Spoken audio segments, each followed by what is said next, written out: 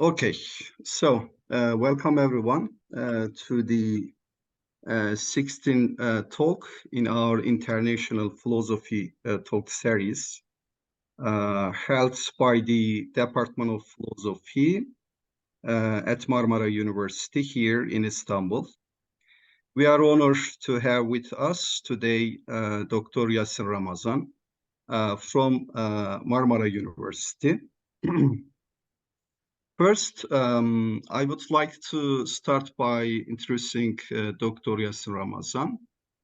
Dr. Yasin Ramazan graduates from Ankara University Divinity School in 2008, and he received his PhD in 2018 from Indiana University, Bloomington, with the title Nature, God, and Creation, a Necessitarian Case. After returning to Turkey, Dr. Yasin Ramazan joined the theology department at Marmara University.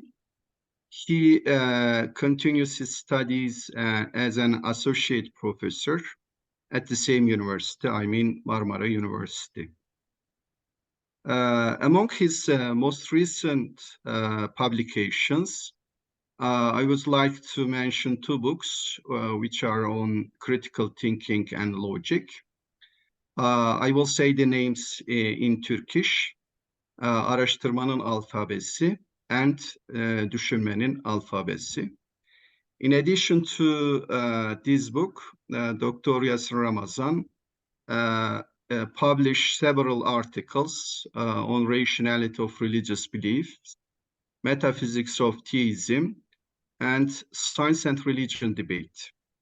So today he will give a talk entitled Aspects of Extraordinary. So please join me in welcoming Dr. Yasin Ramazan. Thank you again for participating in our Philosophy Talk series. Thank you very much, Erdal Hocam. One addition to my short biography could be that after I returned to Turkey, I briefly worked at Şehir University with Erdal. Yeah, yes. So we were in the same. Together, I was yes. honored to be part of the faculty yes, together. So, and our friendship goes back there. Thank you very much. So today I'm going to talk about extraordinary aspects of extraordinary. And this is a very preliminary, like my research in a very preliminary stage. So any feedback is welcome at this point. And I wish I was able to do some extraordinary show here so that I would make my point better. But it's also extraordinary that we have this conversation from all over the world at the same time, at the same place, in a digital age. But I'll come to that point. This is also an extraordinary event, according to some. But we'll come to that later. So what is extraordinary? Basically, when we say extraordinary, we presuppose something ordinary. Yeah, the word implies. So some, let's say, everyday experience gives us the impression that the same event will produce the same or very similar events, right? So daily routines and expectations depend on the impression that events follow a regular pattern. This is a key word, regular pattern, come very often in my talk. When we drink water, we expect that our thirst will be satisfied, or we won't be dehydrated, or when we eat, the hunger will go away, right? And when we walk on the street, the concrete and the soil will support our steps so that we don't sink in the soil, sink in the dirt. So that the regular working of events, in this case, are called ordinary, while events that break the pattern or supposed to break the pattern fall under the category of extraordinary. So if you walk on the water, it's an extraordinary event to some. So some philosophers have proposed that the regular working of events, regular course of events, point out a necessary connection between events or things. According to them, regularity in the world should be attributed to the underlying reality of nature. They claimed that nature deserves its name because of the necessity of regular events. Like natural events are not irregular, unpredictable, or changing accidentally. That's why we call them natural. That's why we call them ordinary, right? So instead of being irregular, nature is what we call regular, predictable, consistent, right? Events or things for some. So when regularity in nature is attributed to the principle of causation, this is one thing, the problem of extraordinary events automatically arises. So if there's causation, what causes the events that are out of the ordinary? Generally, there are metaphysical, epistemic, and scientific theses that explain extraordinary events. And I will analyze those events in 3 titles here. So let me repeat that: metaphysical, epistemic, and scientific thesis. So like I'm not attributing them to any specific philosopher 100% because no one in history adopts just one position in this case. I will mention some names over the course of my talk, but we should know that this is a fairly new categorization of philosophers from the aspect of extraordinary. So the metaphysical thesis, let's begin with that. So metaphysical thesis is that there are events that break the principle of causation or happen without causal constraints. So according to this thesis, although events follow a regular pattern of causation, there may be particular events that violate this principle. If you see someone flying without an equipment, for instance, we may call it an extraordinary event.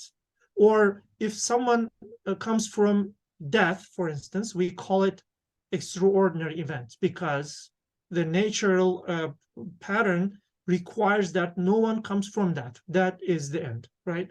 End of life.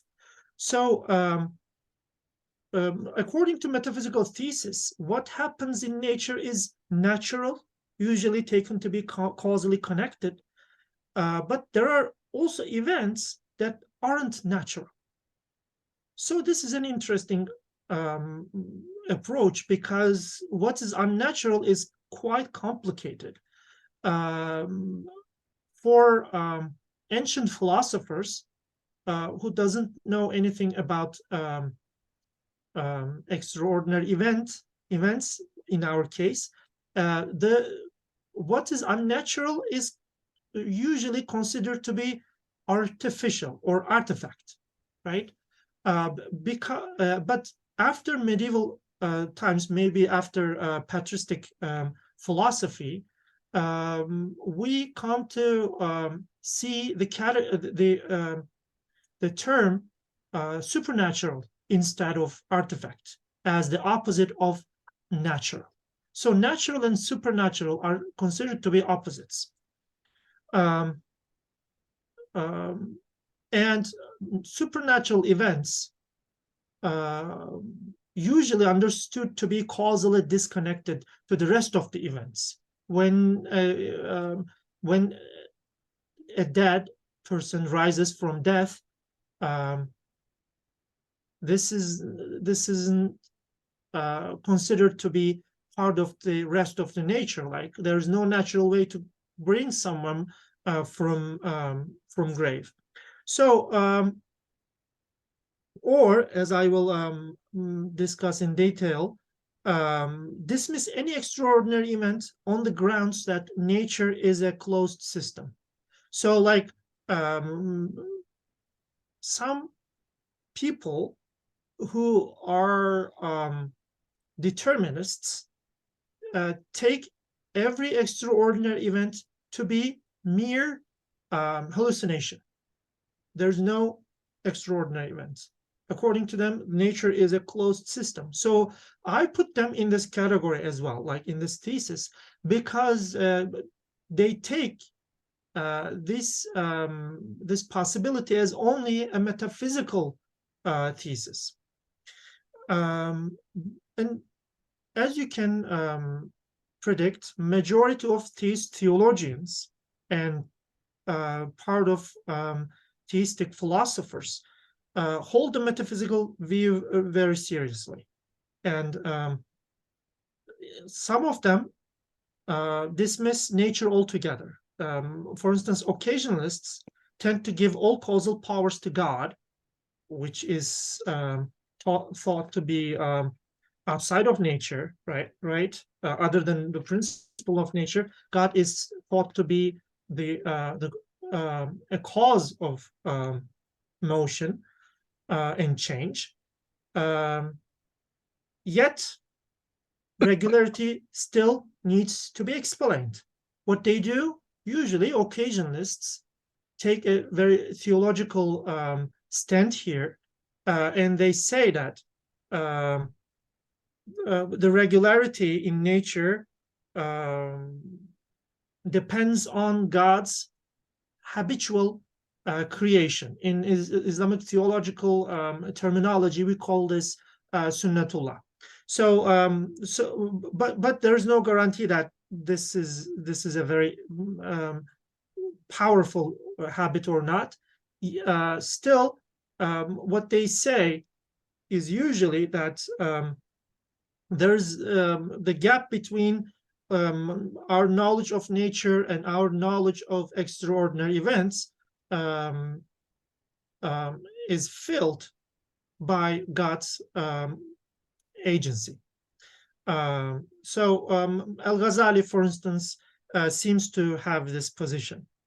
So one thing before I move to epistemic thesis is that a metaphysical thesis is possible as long as we presuppose correspondence between mind and the world, or knowledge and nature. So it works both ways, like accepting or rejecting the thesis require this supposition. Whatever I think is the reality or close to reality. Another thing about a metaphysical thesis is that chance, right? How about chance? Everything is everything can be explained in causal nexus, but some events could occur by chance, right? So according to Aristotle and his followers in the Middle Ages, chance is not a cause like itself. It's just a matter of uncaused events. In a sense, it's an epistemic explanation to some unexpected occurrences. But still, since Aristotle doesn't have this terminology of events, instead he has like essences in nature. There's nothing without an essence, of course. There's nothing by chance for him. So like if there's an event by chance, he thinks that this is just a glitch in the whole system. It's not a cause by itself. To summarize the metaphysical thesis, the metaphysical thesis is that if there's an extraordinary event, the causal chain is broken. That means that there's no the causal nexus has no necessity. It's contingent. So epistemic thesis. Before I move that, one more thing, metaphysical thesis. For metaphysical thesis, extraordinary events are supernatural, right? But for epistemic thesis, extraordinary events are just unknown, because for the supporters of this thesis, regularity is a matter of experience, right? And when experience shows something that we're not used to see, it is still a matter of experience. And epistemic thesis suggests that when you see something extraordinary, you change your current state of knowledge, right? It's just another event. It's extraordinary because whatever you call an ordinary up to this moment was not ordinary. So you need a new ordinary after this event. So your judgments will be modified. Your state of knowledge will be modified. Your predictions about what could happen, what cannot happen, should be modified. In any case, the new event must find a way in the new regular, even though it's a one-time event, right? So David Hume is one of the is very harsh on the reports on extraordinary events, like especially in case of miracles.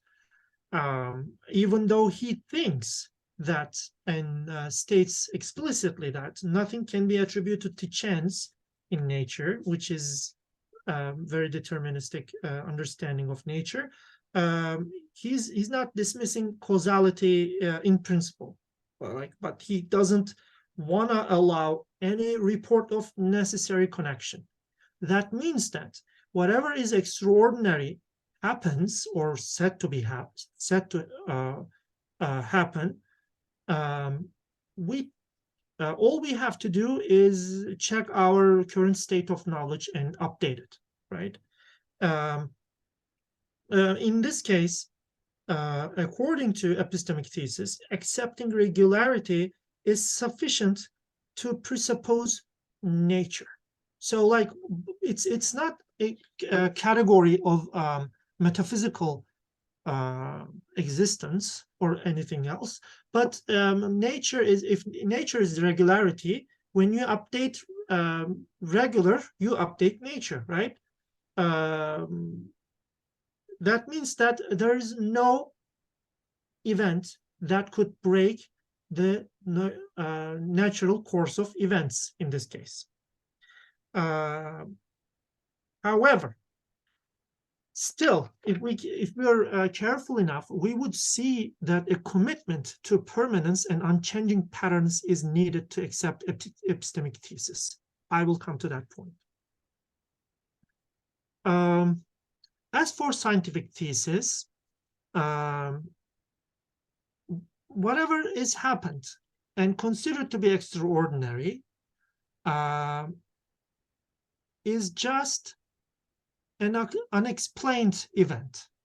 So for scientific thesis, nature is just an umbrella term, right? It's they don't really we don't really assume nature in scientific theories anymore, especially in this stage of scientific discovery, scientific age. But nature is just a general presupposition that something can be explained by other parts of nature, other parts of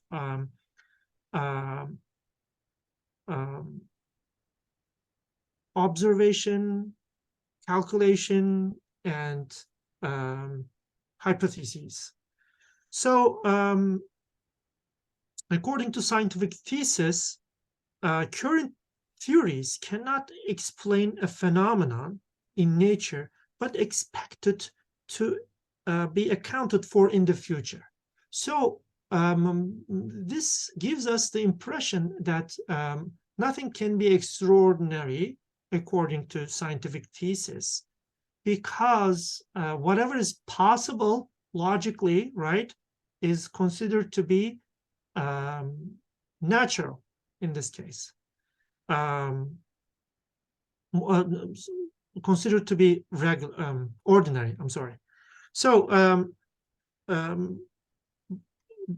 the reason why we have scientific thesis is that theories will not change immediately when we see that something cannot be explained by current theories of current scientific theories. So the event will be ignored for a while, for instance, unless there's another theory that comes up, more comprehensive, maybe more explanatory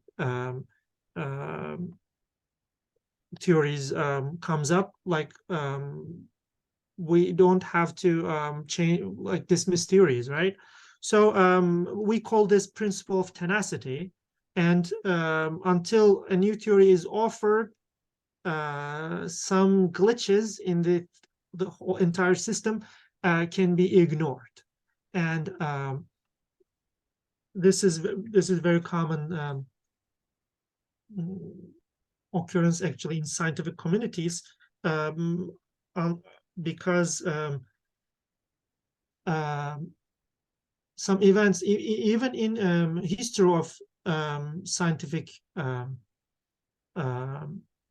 history of science, we have seen that no one actually changes its theory by just one extraordinary event. Just they wait until they have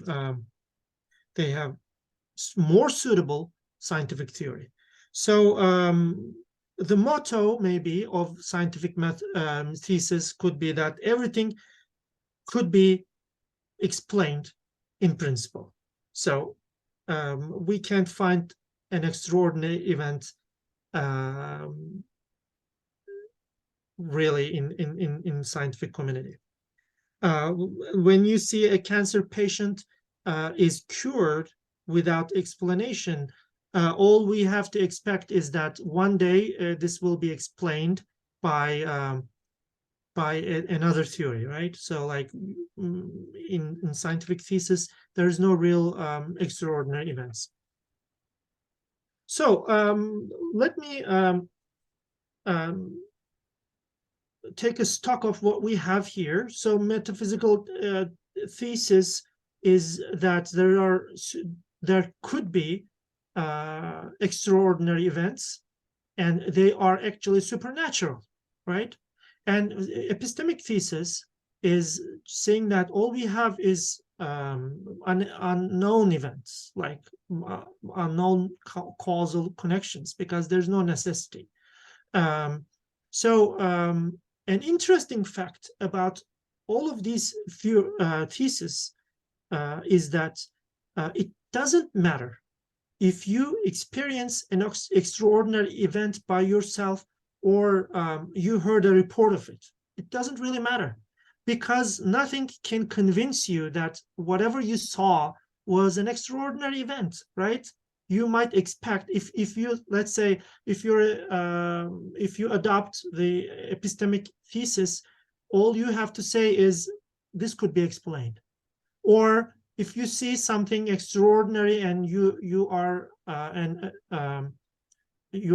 a supporter of metaphysical thesis, you'd say that this is a miracle, right? So nothing could stop you from adopting this thesis or that thesis,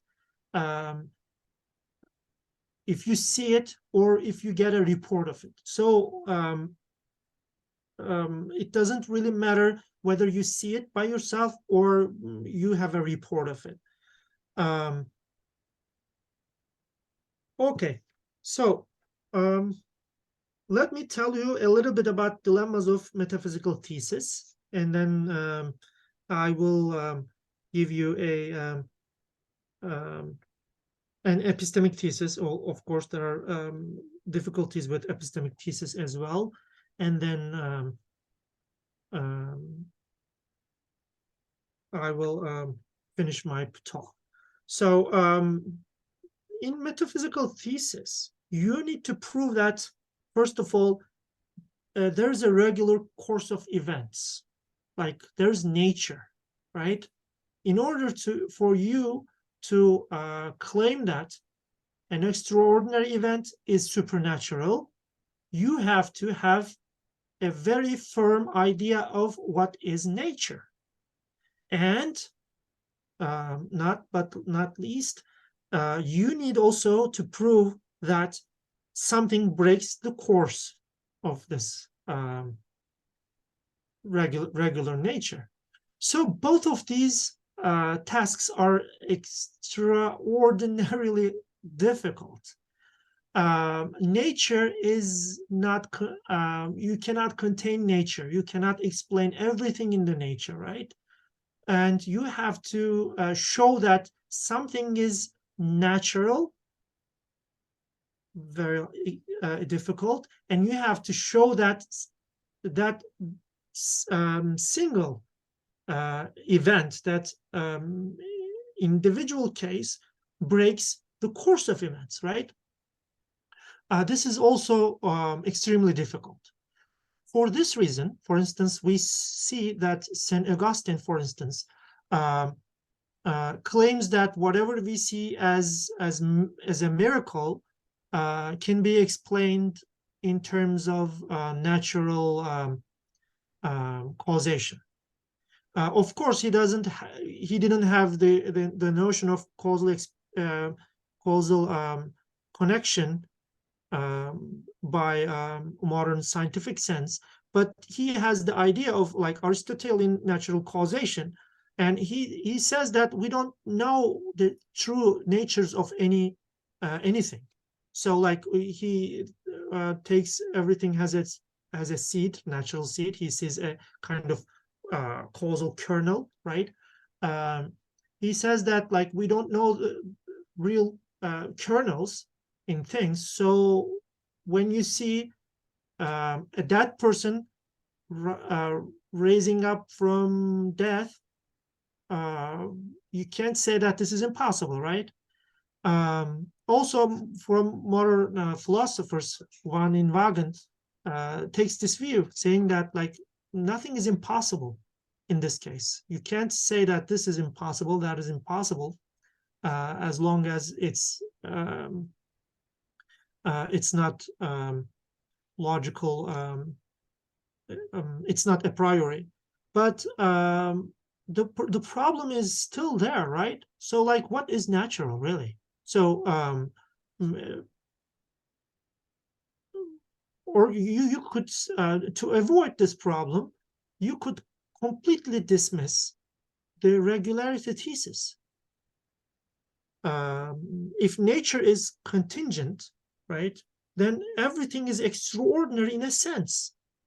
But this is what epistemic thesis offers. And you need to propose that there's no regularity.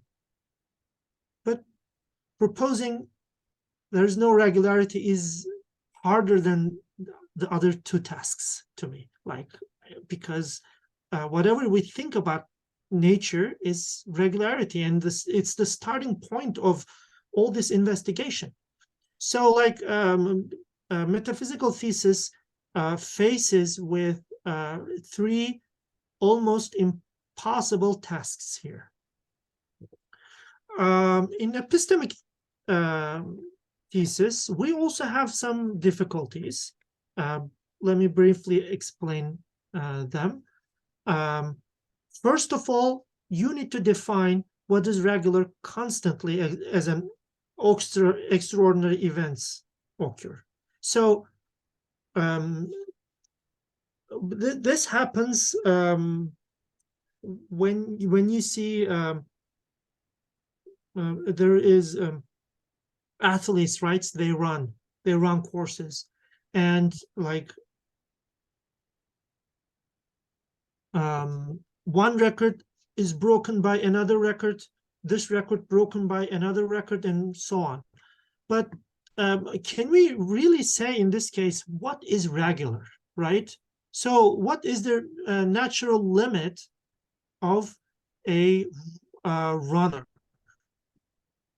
We don't know. Like Usain Bolt was amazing, but we can't say that no one can break his records. But we tend to take this as a regular. But the real problem here is that the status of regularity in the end, right? It looks like, according to epistemic thesis, we have at least two regularities that point out to two natures, which sounds completely unimaginable. Two natures. What do you mean by two natures, right? Because of that, we have to see that there is always a metaphysical assumption behind epistemic thesis. This assumption is that there's one nature, right? Even though we don't know, the supporter of epistemic thesis must appeal to the metaphysical claim that regularity is based on single reality. So this is the easiest I can explain this phenomenon. So what we see here is that epistemic thesis presupposes nature as a necessary metaphysical fact, but it itself is epistemic. It tries to stay epistemic. And metaphysical thesis, on the other hand, presupposes nature in epistemic sense always. And we see this problem in many philosophers supporting this thesis or that thesis or these two theses together. And for instance, Ibn Sina takes the nature as necessary and all the extraordinary events as just unknown yet, right? But we have to remember that he's a supporter of a Neoplatonic world, right? Everything is connected to each other. So he tries to find ways to explain miracles, for instance, by appealing to the soul. The soul, in this case, in Neoplatonic world, the soul is not part of nature, but it's connected. So, but it's not just limited to human soul. The power of the soul kind of determines what kind of things it can move, for instance, right? So like right now my soul is moving my lips and my hand. According to Ibn Sina, for instance, if your soul is connected to more powerful souls, it can connect other bodies, other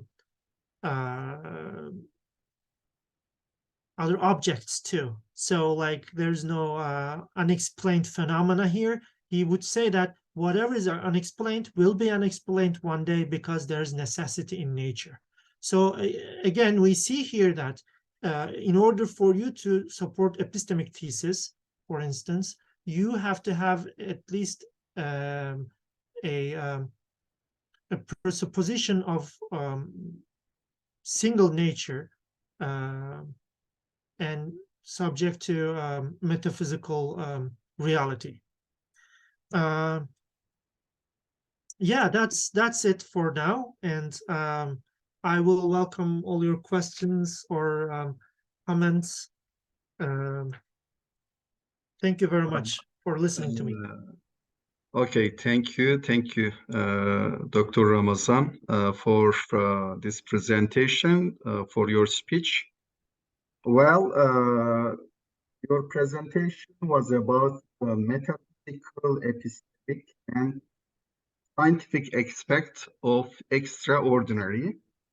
I think concerning metaphysical aspect is key term, supernatural thing, I think, and epistemic concerning epistemic something which is unknown, and concerning scientific thesis as something which is unexplained for now. So, of course, these key concepts, there are different concepts which are related to these key concepts. I think there are many questions. Yes, we can get started with Ruth Schurman. Sorry, I hope I can correctly pronounce your name. Yes, please, speech is yours. You'll probably do much better with my name than I do. So, thank you, Yasin. Good talk. I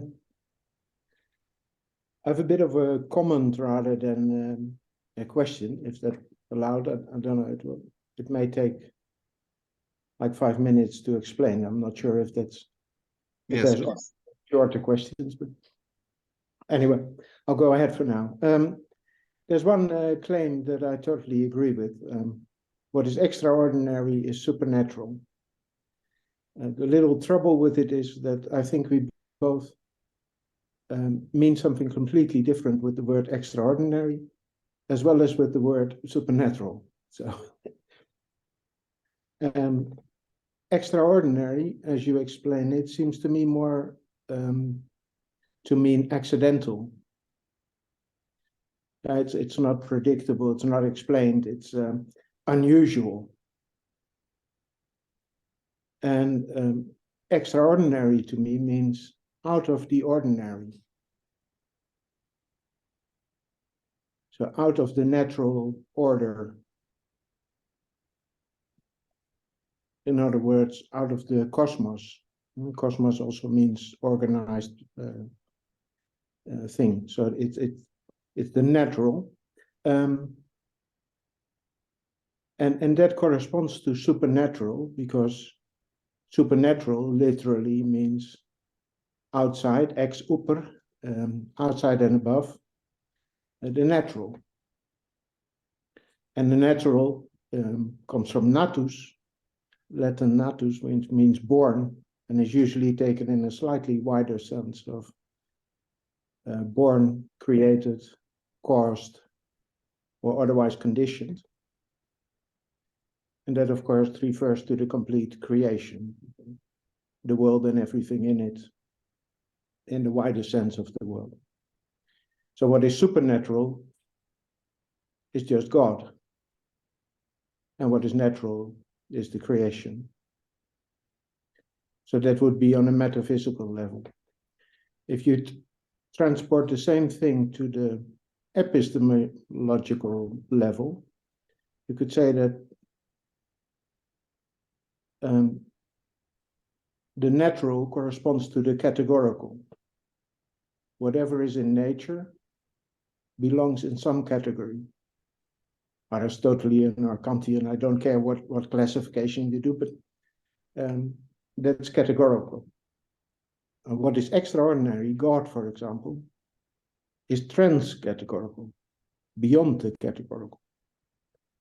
You're coming from a divinity school, I think this should ring a bell somewhere.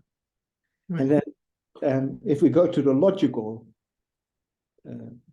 epistemological, I'm confused, it's not conceivable, it's not conceptualizable. So the extraordinary goes beyond the conceptual, beyond the conceivable. We cannot see God, we cannot conceptualize God. And on the logical side, it's that it's not belonging in any category, outside all categories, being qua being, first philosophy, my topic. So I'm taking both terms, extraordinary and supernatural, in the transcendent sense of the word, and not in a rather unusual occurrence in the natural world, which I agree with some of what you said. is natural by definition, as part of the creation. So I'm not sure if you've considered that take on the question, what is extraordinary?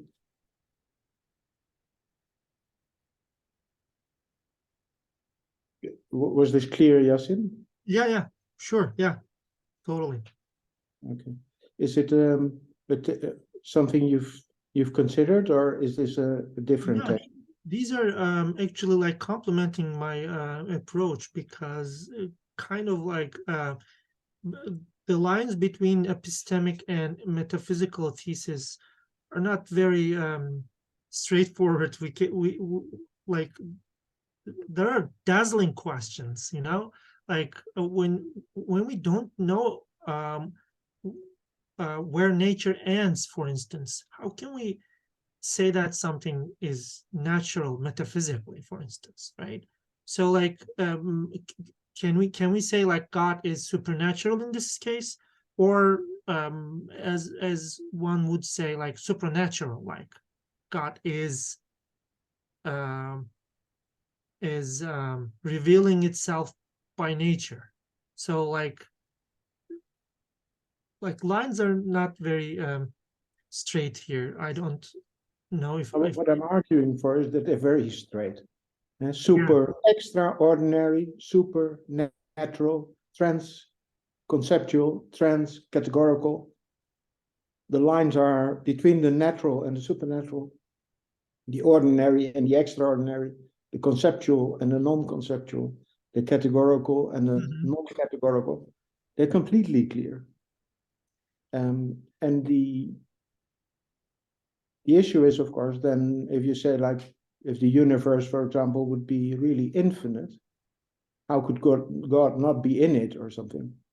But that is because you're looking at it the wrong way around. God is not in the universe. The universe is in God. Right, like how about but where are we going to draw the line here? Like in metaphysical case or in epistemic case, we need a specific um, criterion here. Like, for instance, let's take the case of like miracles associated to Jesus, right? So like when he brings the man from death, right? So this is considered to be extraordinary event, or also supernatural, right? No. Is it Neither. natural? Sorry, I got a call. I think it's neither. It's both natural and not extraordinary. It's unusual. It's supernatural in the sense of this American TV series, which they have now, where all kinds of ghosts come through the wall and so on. That is supernatural. But Right. that's I think, a folk definition of supernatural. I think if you take supernatural literally as outside and above the natural, and you take the natural literally as what is born, created, caused, conditioned, then everything is conditioned. And even the dead person coming back from the death. I mean, if you know my dreams, much more spectacular things happen, and dreams are certainly natural events. I'm not sure that I'm not dreaming now. So how can I say that anything is not natural? Right. Yeah, this supports the epistemic thesis, actually, to me. Like, it's we're talking you're talking within life, and I'm seeing all of life as supernatural and as natural, and yes, yeah, it's my dream, let's say, the whole natural world, and I am the one thing that's not in the dream. I can never find myself. I can never find the dreamer in the dream. right. Yeah, I got your point. Thank you. Yeah, like this is one of my confusions, actually. Like if we take everything as natural, we shouldn't have the concept of supernatural at all. Where does it come from, right? From a Cartesian point. Now, your view is what Fiona Ellis tries to do with her expansive naturalism. There's something beyond nature, but it's natural nevertheless. So this is very confusing. Yeah, thank you very much. Yeah, I took my notes. Thank you. Thank you. I will give you the speech, Kerem Hoca, then Esra Hoca, but let me ask a question, a very key question. Yes, you refer to Ramazan Hocam, you refer to always, you refer to the concept nature, but without giving any specific definition of these concepts. For instance, you use the adjective version of this word, natural, but I think first you should give us the definition of nature in terms of your point. For instance, for Aristotle, natural is against the artifact. Right. But, for instance, according to Kant, nature is something which is subject to the laws, okay, the unquote natural laws. It means, and also these natural laws doesn't come from outside us, according to Kant. They exist within us. We impose these laws to the things which appear to us. Actually, we don't know what's the word in itself, according to Kant. We know only its appearances. That's why, these appearances is subject to the laws which is imposed by us, by our cognitive faculty. So we call it nature.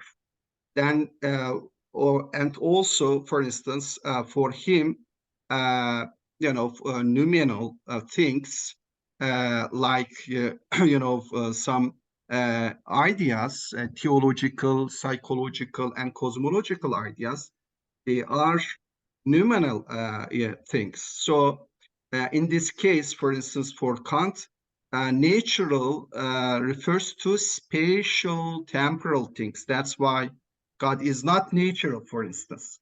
Right. So in terms of your point, what's nature? And so what is the definition of nature? And then, of course, we can go on.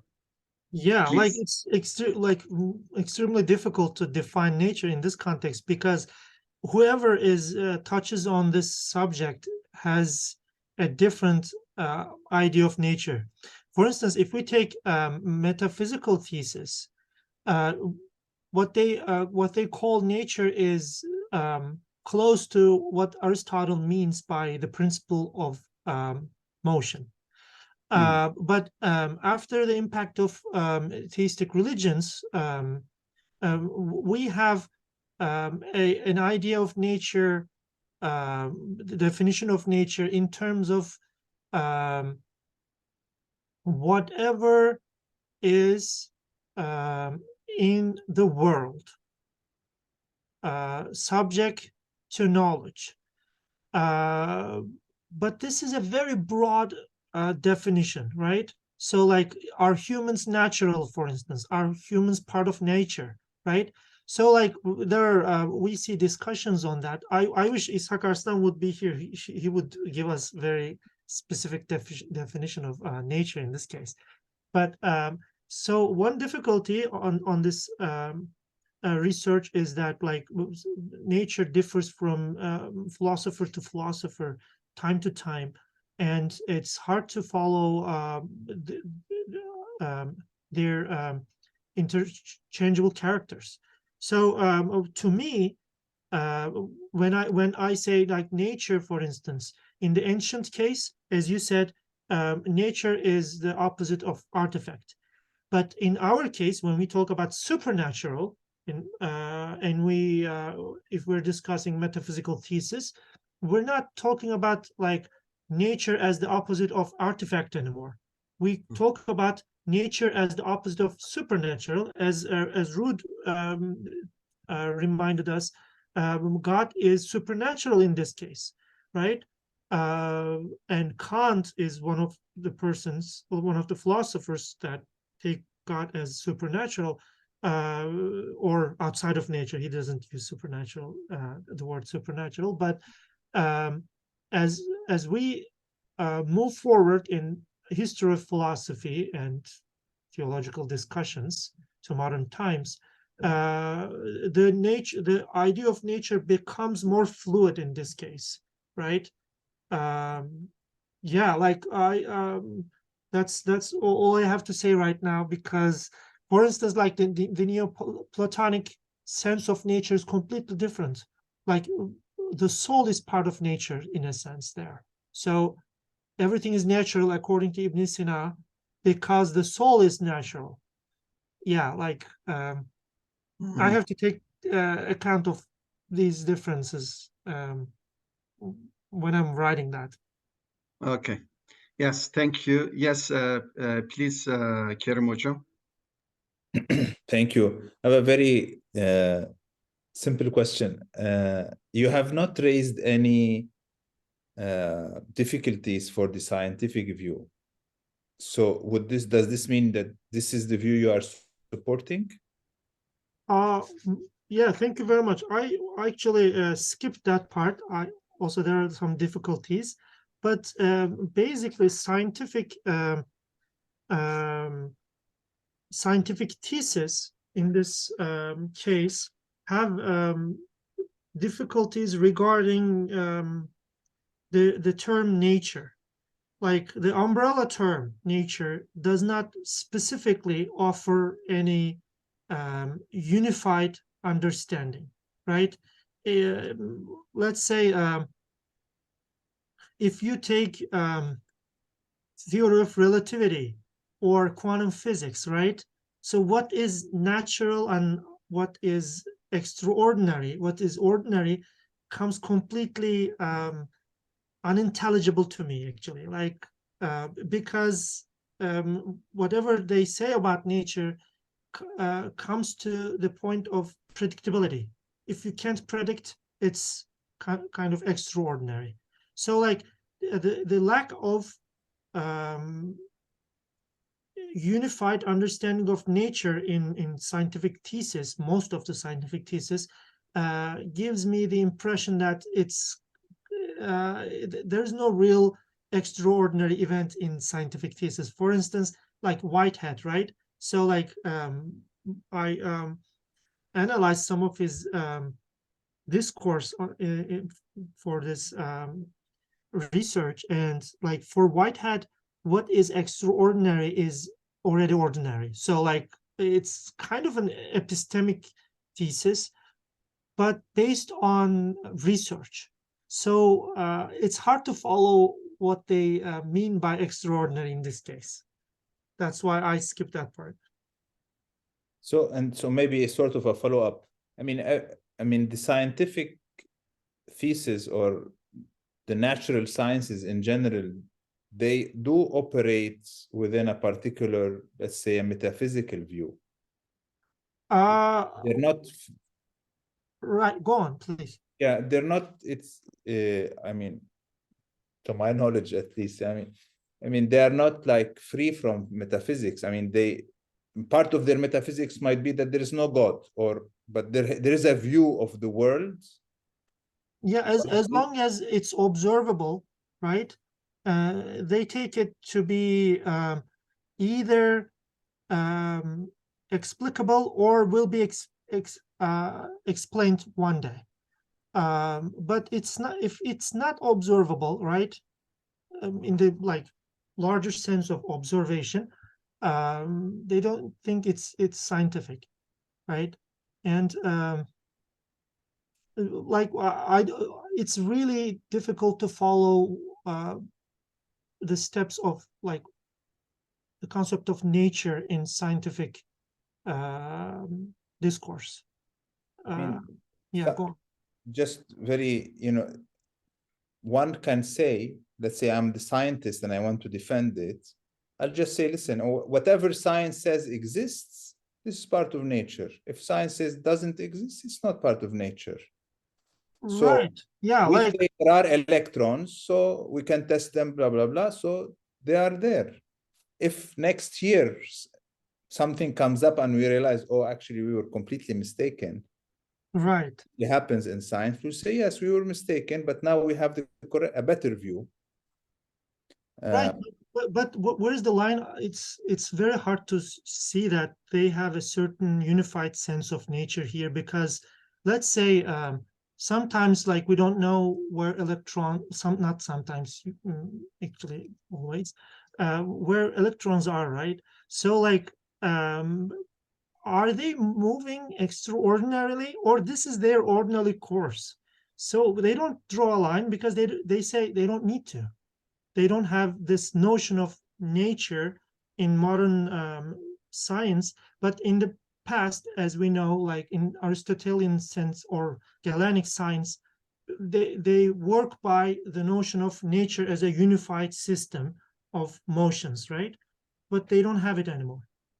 But then we need to have some kind of a reason for thinking that it's important to have I mean, the scientists will say, why is it important to have a fixed, clear, unified conception of nature? We don't.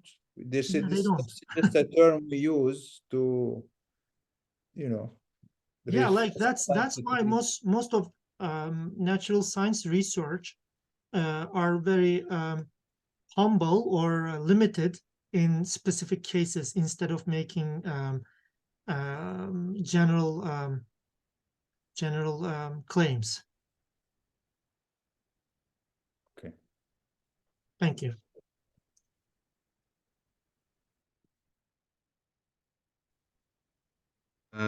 I think maybe we can talk about the metaphysical background of scientific thesis. I think scientific thesis is based on an assumption which says that the universe is not contingent. It is a necessary being. There is no being, there is no end of this universe. And also the universe is closed. I think there are something like this which are metaphysical, I think. If we think the universe is not necessary being, but it is contingent, so there will be always something which cannot be explained. But for scientific thesis, as you explained, okay, for now we cannot explain these things, but in future we can explain. There is nothing which cannot explain by nature according to scientific thesis.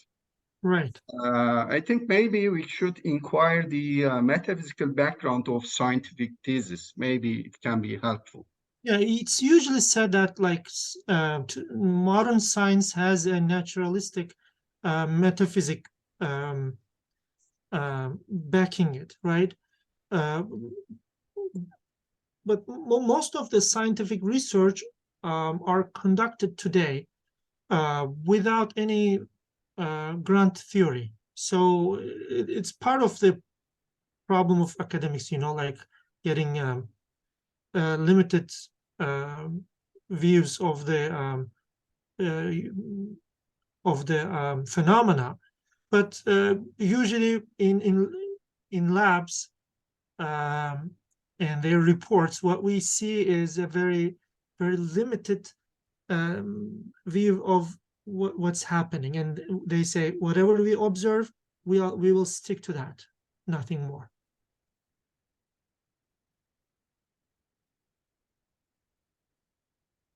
Dolajan, we can't hear you.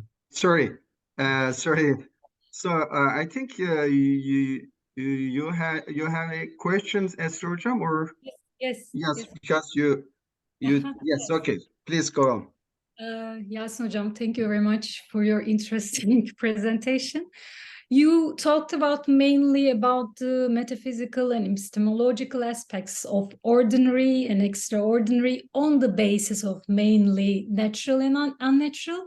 But I wonder also the ethical implications, for example, or reflections of extraordinary in terms of difference that you talked about, all of that, approaches of metaphysics or epistemology. Of course, if you want to talk about these sides.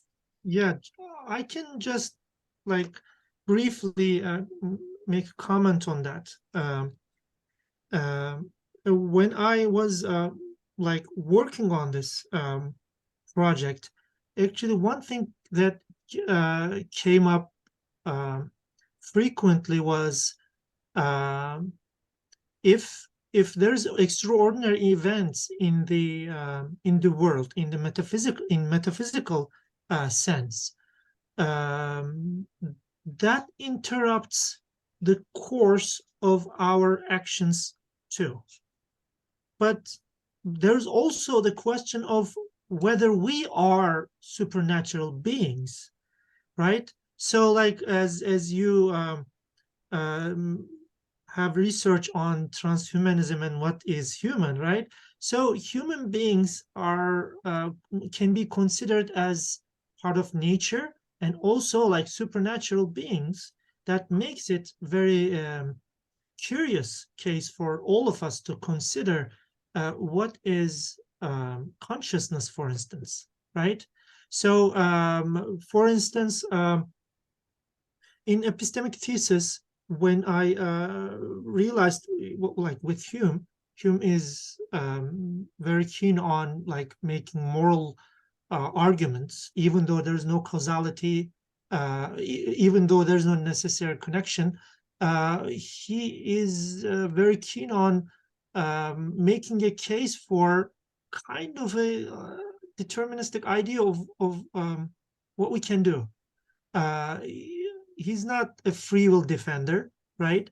But that made me very curious. Like, how come we will be responsible agents unless we at least assume that there's a metaphysical backing of that power to act, right?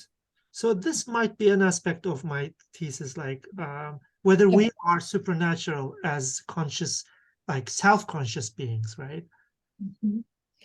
So whether we have free will actually or not, yes. Right, yeah. For some free will defenders, actually, including some medieval philosophers, it's kind of outside the nexus of nature. So, like, it's not causal, right? It's a cause by itself, not according to Aristotle, of course, but most of theistic theologians and some of the philosophers, free will is kind of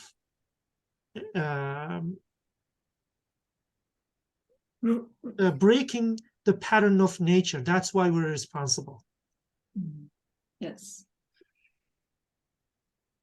Yeah, we are doing something. Maybe free will, yes, is considered something like chance, randomness. Maybe, yes, yeah. Well, that's another thing, right? So, like, chance is a glitch. Maybe free will is a glitch, Yes. or yeah. Yes. Who is the agent? Yes, we don't know. And this brings us to a whole plethora of questions about like our understanding of responsibility, epistemic status, all these ethical questions, right? Yeah. Thanks. Mm-hmm. Okay, thank you, Esra Hocam.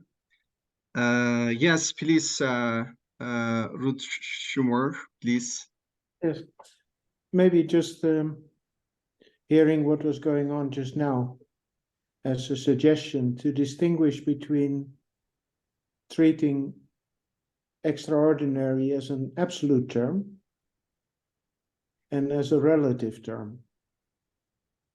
I mean, by an absolute term, I mean one that does not admit of any degrees or respects, but that is either or, binary.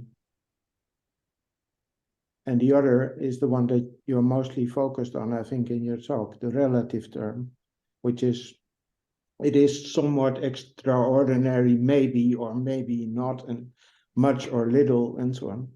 That's a whole different discussion. It's a different can of worms, so to speak. Okay.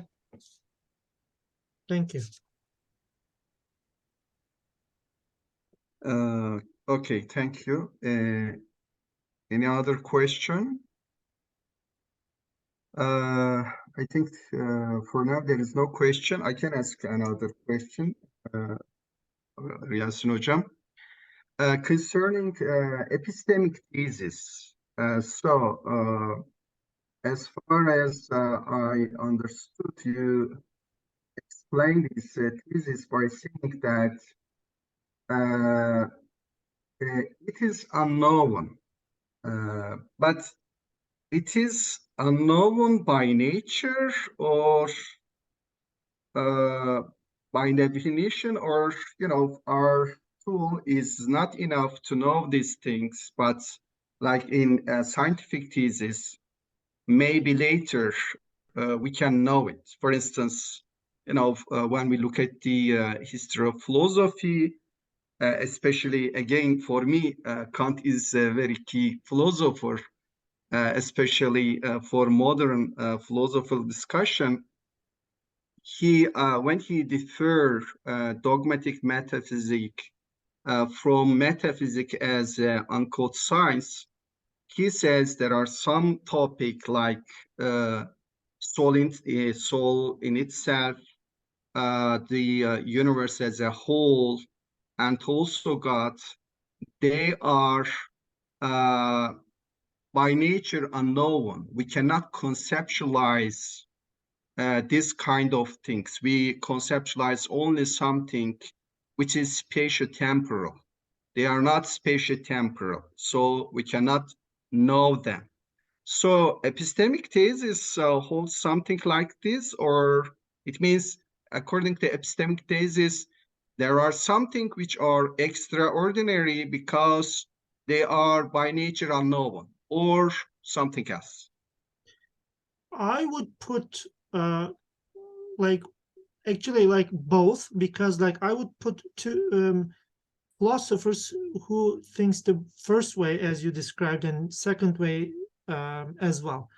That means like Kant, for instance, as you said, like thinks that some of our concepts cannot be known at all. Like it's not, they are not subject to knowledge, right? That's why they are not natural. So I would definitely say that Kant is a supporter of epistemic thesis in terms of extraordinary. Let's say Kant sees that some unusual event, right?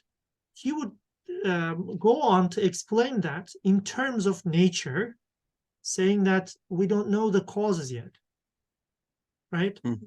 So like he wouldn't say that this is an extraordinary, this is a supernatural event, because this would destroy the whole critical project. But there's also like philosophers like let's say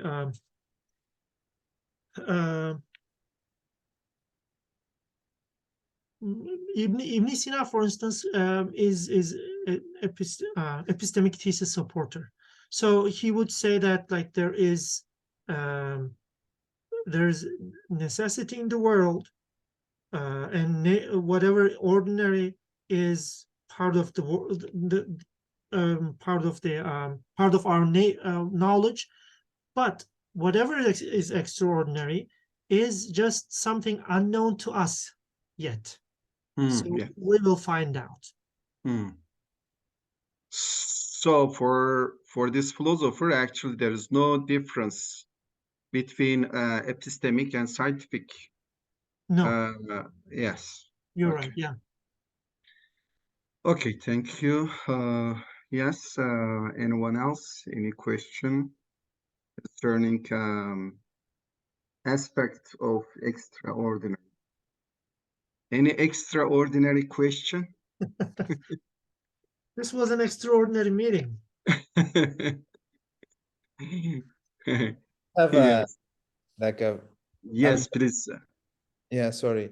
I'm just maybe my question is, so I think I had like a general understanding of the main points you presented. But it's not clear to me what is the, let's say, the thesis that you want to defend. I mean, do you want to argue that there is no extraordinary, or there is if we assume that there is, are you trying to define extraordinary? I mean, what is the thesis, right? So I see the different points and the different positions, and each has its own problems. But at the end of the day, what is it that you are defending? My tentative conclusion is that I'm still working on the project actually. But my tentative conclusion is that like epistemic thesis is most more actually more defendable among three because to make a metaphysical case you have to assume epistemic thesis. For epistemic thesis you have to have an understanding of nature in an epistemic sense, and like for scientific thesis there are also some methodological problems as I mentioned. So like in the end I am assuming that I will defend epistemic thesis on the grounds that nature, the idea of nature, whether you take it in Aristotelian sense or Kantian sense, is more defendable, more reasonable. Mm. And so on that reading, the extraordinary is something that we currently don't know. Maybe we'll get to know it, maybe not. Yes. Okay, so this is how it differs from the scientific thesis says we will surely eventually know it. Yes. I mean, eventually it's knowable. Yeah, it's unexplained yet, but not inexplicable. Okay. For instance, like there's a subject case of consciousness, right? In scientific thesis, consciousness is explicable one day, even though we cannot explain it in scientific terms yet. No scientist would say that it's supernatural or it's unknown. We know it, but we'll explain it one day. But in epistemic terms, you might defend the thesis that consciousness will always be unknown to us, even though we have seen its let's say effects in our world, in our natural world. We can't know what consciousness is, and this is very close to what Kant says by free will, right? Okay. Justin, you're falsely accusing scientists of saying that they think they can explain consciousness. I think what they do believe is that they can explain the workings of the brain and thereby the result of the functioning of the brain, that is mind. But consciousness, awareness, I don't think there's any neuroscientist or anyone who would defend the claim that that could be explained. It's only philosophers who think such things. Okay. I'll take a note of that. But I think if you are physicalist, so you can reduce conscious, self-conscious to some aspect of physical things, I think. But if you believe, you know, epiphenomenalism or psychic monism or Idealism. the version of dualism, etc. I agree with you. But if you think all things are made of matter, which is physical things, so maybe for now we cannot explain some things concerning consciousness, etc., or consciousness itself. Maybe later. I think again behind these things there are some metaphysical conception. Yes, I agree, and it also depends on what you mean with consciousness. Yes, You mean you're the right. anima, the thing that keeps the body alive, then it's something different than, let's say, the pure subject of awareness or the soul. Or Yes. consciousness is a term that Mhm. vaguely it's not defined really. It's only characterized. An interesting case is like Ibn Tufail's Hay Ibn Yakzan. The consciousness of that guy grows out of soil, and it's natural, for instance. So it's one case that puzzled me in this literature. He thinks that like consciousness is an aspect of nature, which gives me the idea that like in early Islamic philosophy, they may it's actually like later Islamic philosophy, but in early medieval philosophy, I mean, um, nature it wasn't taken to be physical at all. Like it's a mixture of efficient causes, like final causes, etc. Yeah, Yes, there's various explanations. You could say that the soil gets is the embodiment of a soul, or you could say that the soil, the matter, is getting to certain combined in a certain way, as panpsychists tend to believe. Right. It sort of sparks, and there's fire, and we call it fire consciousness, awareness. But most scientists would think it's an explanation of how the brain works, and that it's a mental thing, and they see it in my what little experience I have with natural scientists. I think they are not so concerned about it, first of all, as philosophers are. And But we have like also emergentists, so like they have this idea of like everything emerges out of nature. So whatever emerges is also natural. So like it's kind of a byproduct of atoms that we have. We know each other. Mhm. yes, indeed. Good. It was a pleasure attending this talk. Thank you very much, organizers. Thank you Thank for you. your Yes, participation. Yasin. Sorry, I was late. Yes, Abdullah hocam, do you have any question?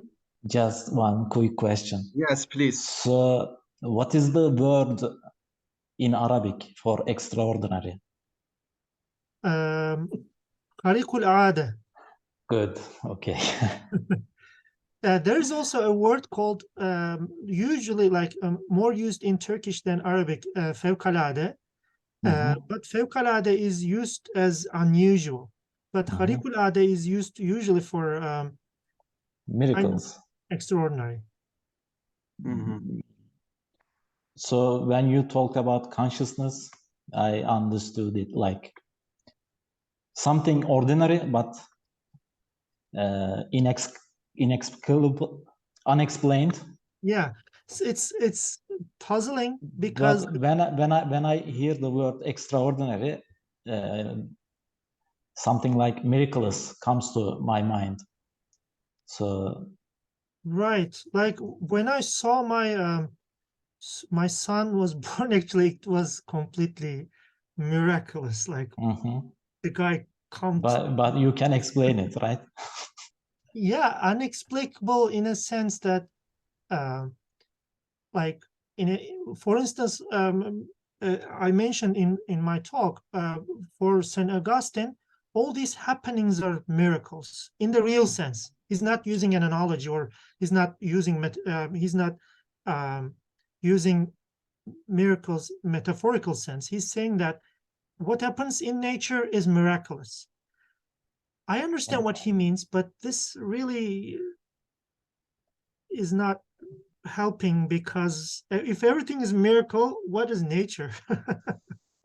Yeah. Sorry, I was late, but I am going to listen it when it is uploaded to YouTube. Okay. Also, I heard that you joined the team. Not yet, but hopefully soon. Yeah. In a few weeks. Last question from my side, Yasin Hocam. So the members, do you have any question? I think there is no question, so I can ask my last question. Yasin Hocam, if we think we can conceptualize everything, can there be something which is extraordinary? Behind this question, there is still Kantian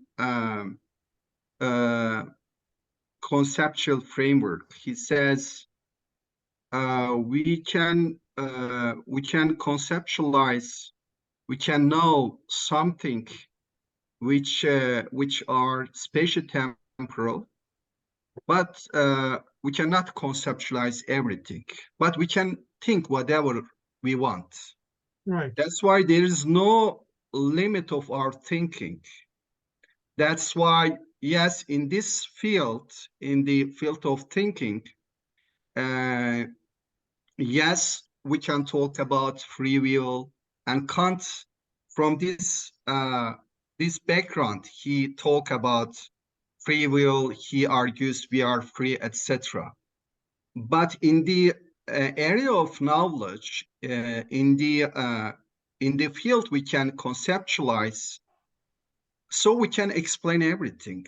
That's why there cannot be any miracle things, any extraordinary things, any supernatural things. I think to talk about an extraordinary thing, we need to go beyond the limit of knowledge, I think. But I don't know if, Yeah, like we should consider like having faith in this case, like as an can you have faith in something you don't know, right? That's an interesting question, still very interesting to me. If we think like Kant, and we can't escape it, the idea of like thinking necessarily involves like temporality and like space, like you can think of everything, but can we think of something without time, for instance? Timeless human beings, for instance. You can't even imagine that, right? But we can imagine flying people, right? If you go to Pluto, for instance, which is not a planet anymore, but if you go to Pluto, you might jump over 300 meters. We can consider this as flying, right? But this is not what he means. What he means is we can conceptualize everything because it's a phenomenon, not the reality in the world. But this is a good reason to take Kant in epistemic thesis instead of metaphysical thesis, because as I mentioned, metaphysical thesis has very difficult tasks to prove that there is something extraordinary occurred, right? Kant is backing me on this case. Okay. But for me, can't combine, but maybe I'm wrong, can't combine both metaphysical thesis and epistemic thesis. Metaphysically, I mean, yes, okay. Anyway, Great. it Thank you is very much. Yeah. okay. Yes, thank you. I think there is no question. If you have question, we have still time. So I think there is no question. Okay, thank you, Dr. Ramazan, for joining us for this presentation, this speech. Thank you for inviting me. Yes, to a member of our audience, thank you for joining us. I hope to see you in next class, class. We are giving classes, that's why always we say I hope to see you next class. I hope to see you in next talk. Kerem Hoca, I think in May, we have two philosophy talks, right? Yeah. Yes, we have two philosophy talks. So the announcement is made on social media and Twitter account of our department, I mean philosophy department of Marmara University.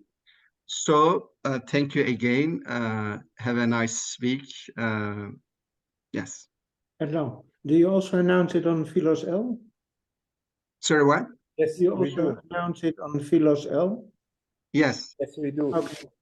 Because I've Sometimes, never seen an announcement before that I recall. So, but we do. It just sometimes we're a little bit late, but I mean Yes. late. I mean before the event, but not 2 weeks before. They're just a couple of days. that's usually Yes. for me. Yes. Okay. Thank you. Thank you for joining us. Have a nice week. Thank you for organizing.